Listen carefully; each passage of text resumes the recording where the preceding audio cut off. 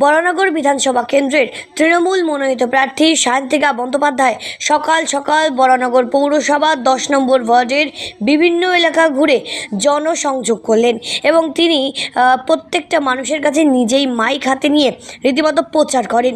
একদিকে তার অগণিত কর্মী সমর্থকদের সাথে নিয়ে পায়ে হেঁটে বিভিন্ন এলাকা ঘুরে ঘুরে ভোট প্রচার করেন, ওয়ার্ডের বিভিন্ন জায়গায় ঘোরেন, পরিস্থিতি খতিয়ে দেখেন এবং প্রত্যেককেই একটাই কথা বলেন, 1.5 বছরে তার যে কাজ অসম্পূর্ণ থেকে গিয়েছে সেই কাজ আগামী 5 বছরে তিনি বিধায়িকা হিসেবে দায়িত্ব পেয়ে বাকি কাজ সম্পন্ন করবেন, এমনটাই কিন্তু আশ্বাস দিতে থাকেন তিনি তার ভোট প্রচারের মাঝে।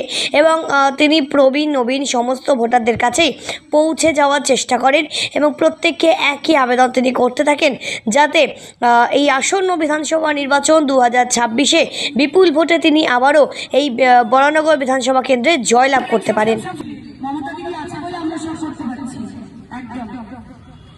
সবাইকে অনুরোধ করছি আসন্ন বিধানসভা নির্বাচনে জোড়াফলে ভোট দিয়ে আপনারা আশীর্বাদ করুন। প্লিজ আশীর্বাদ করুন, আশীর্বাদ করুন। আমি যাতে বিধায়ক হিসেবে আগে আমার কাজ চালিয়ে যেতে পারি।